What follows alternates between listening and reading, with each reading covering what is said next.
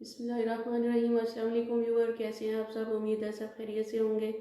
आइए आज हम आपको सर्दियों की सौगात साग बनाने की रेसिपी देते हैं। ये साग ले लिया है हमने और ये पालक है, और हम आपको ये धोकर दिखाते हैं कि इसको कैसे धोया जाता है, और काट कर भी इसको धोया जा सकता है, लेकिन हम आपको इसी तरीके से धोना बताएंगे, उसके बाद इसकी कटिंग करके दिखाएंगे। ये इस तरीके से हमने ये टब में पानी भर लिया है सिंक में, और इस तरीके से हम इसको धो लेंगे। ये अच्छे तरीके से वॉश हो जाएगा, इसकी जो मिट्टी वगैरह है।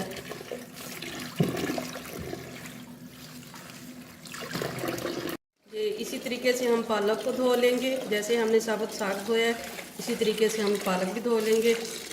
ये साग हमारा सारा धुल चुका है। अब हम आपको कटिंग करके दिखाते हैं कि कैसे कटिंग की जाती है। आजकल तो वैसे ही छोटी सी मशीन मिल रही है, उसके ज़रिए भी कटिंग कर सकते हैं, लेकिन हम कटिंग बोर्ड पे आपको करके दिखाते हैं। इस तरीके से हम बिल्कुल बारीक तरीके से हम इसको काट लेंगे।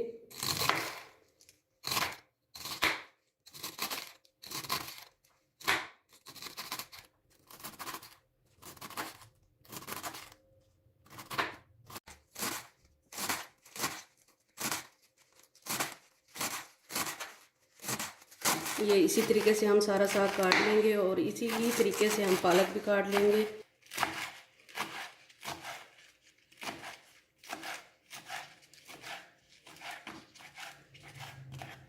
ये साग हमारा सारा कट चुका है, और ये पालक है दूसरी साइड पे। अब हम एक पतीला चूल्हे पर रख देते हैं और पानी डाल के बॉईल करके उसके अंदर हम डाल के दिखाएंगे आपको। ये चूल्हा अब हमने ऑन कर लिया। अब हम डालने लगे हैं इसके अंदर पानी पतीले के।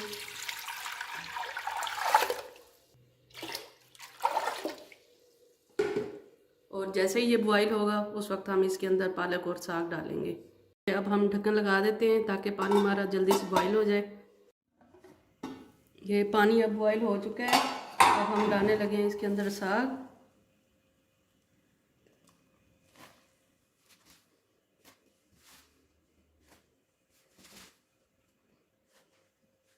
इस टाइम पे हम इसकी फ्लेम जो है ना हाई रखेंगे इस टाइम पे।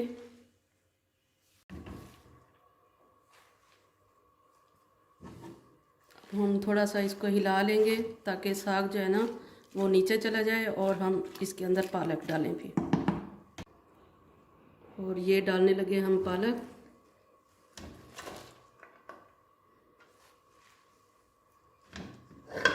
साथ साथ हिलाते भी जाएंगे और इसको साथ साथ डालते भी जाएंगे। ये डालने लगे हैं हम लहसुन, जो कि एक गट्ठी हमने छिली है वो डालने लगे हैं इसके अंदर। और ये हरी मिर्च है, ये 10 से 12 डाली है। उसके बाद हम साथ में डालेंगे इसके पीसी हुई लाल मिर्च। जब ये पकने के दौरान हम डालेंगे, अभी नहीं। अब ये तकरीबन लगेंगे इसको 1.5 से 2 घंटे पकने के लिए। इसको अब हम ढक्कन लगा के छोड़ देंगे, और दरमियान में हम इसको चेक करते रहेंगे। अब हम ढक्कन लगा देते हैं इसके ऊपर। थोड़े वक्त के बाद हम इसको चेक करेंगे। ये आधा घंटा हो चुका है साग को पकते हुए। अब हम चेक कर लेते हैं इसको, और इसी टाइम पे हम इसमें डाल देंगे नमक, और थोड़ी सी डाल देंगे हम इसमें पीसी हुई लाल मिर्च। और बाकी हम जब इसको पीसेंगे तो उस दौरान हम चख के डालेंगे। ये इस वक्त इस टाइम पे डालना होता है ताकि ये नमकीन बने और अच्छा बने। और 1 टेबलस्पून हमने नमक डाला है, और 1 टेबलस्पून हम भर के डाल रहे हैं इसमें लाल मिर्च का पाउडर।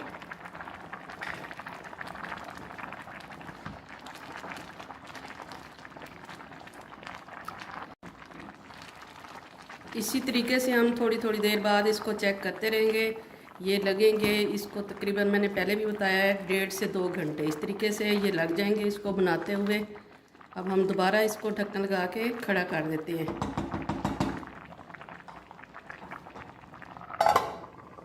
ये 2 घंटे गुजर चुके हैं साग को पकते हुए, और ये इस शक्ल में आ चुका है। तकरीबन इसकी शक्ल जो है ना इस वक्त येलो हो चुकी है, और ये पक पक के हल्की आंच पे हमने इसको रखा था, और तकरीबन आधा 1 घंटा इसको हम और पकाएंगे। ये देखिए इस वक्त ये मज़ीद गल चुका है, और आधा घंटा मज़ीद रख के पका लेंगे इसको, और उसके बाद ठंडा करके हम इसको पीस के दिखाएंगे आपको। ये साग पक चुका है और पकने के बाद हमने इसको ठंडा करने के लिए रखा था और ठंडा भी हो चुका है। अब हम इसको कर लेंगे ग्राइंड। अगर आपके पास बंधानी है, जिसको घोटना कहते हैं, पता नहीं क्या कहते हैं, उसके साथ भी आप कर सकते हैं, लेकिन हम आपको ग्राइंड करके दिखाएंगे कि ग्राइंड इसको किस तरीके से करना है, हल्के हल्के हाथों से। ये अब हम डालने लगे हैं इसको जग में।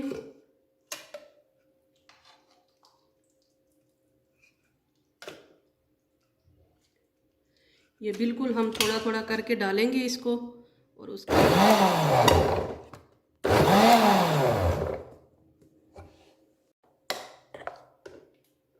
ये देखें, इसके बाद हमने ये थोड़ा सा चलाया है, और ये इस तरीके से हमें बिल्कुल बारीक नहीं करना, और ये इस तरीके से हमने थोड़ा रुक के चलाया है।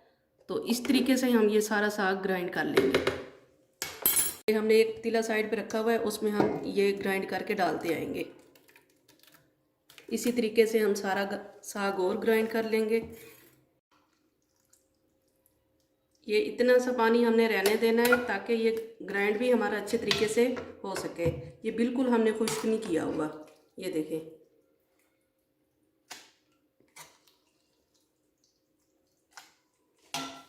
ये साग हमारा सारा ग्राइंड हो चुका है। अब हम चूल्हा ऑन कर लेंगे, और इसके बाद जो हमने नमक मिर्च दोबारा ऐड करनी है, आटा ऐड करना है, वो आपको दिखाते हैं।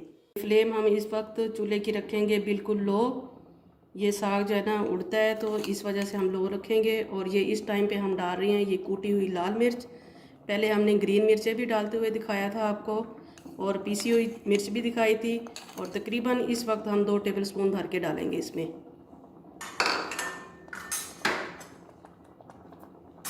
और इसमें डालेंगे अब 2 टेबलस्पून हम भर के आटा।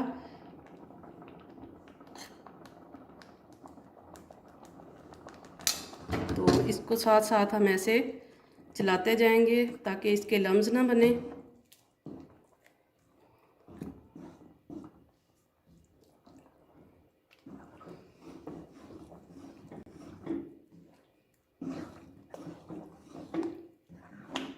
ये आटा डालने के बाद और ये नमक मिर्च पूरा करने के बाद ये साग हमारा रेडी हो चुका है। अब हम चूल्हा करने लगे हैं बंद, और तड़के में हमने साथ में रखा हुआ ये लहसुन और थोड़ा सा है अदरक। ये हमने अदरक और लहसुन को अलग-अलग कूट लिया है। अब हम करने लगे हैं तड़के के लिए तेल तैयार। उसमें जब वो तेल गर्म हो जाएगा तो हम इसमें ये डाल देंगे। चूल्हा हमारा ऑन है। सबसे पहले हम डालेंगे इसमें लहसुन। अदरक इसलिए इकट्ठी नहीं डाल रहे कि अदरक बहुत ज़्यादा जल्दी जो है ना जल जाती है।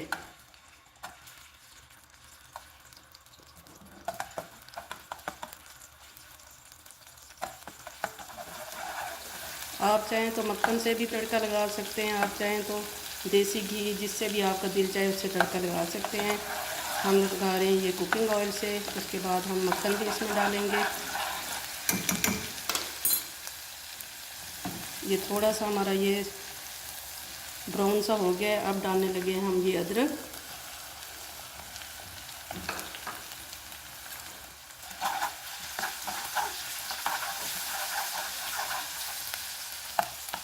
ये डाल देंगे हम अब साग में तड़के को।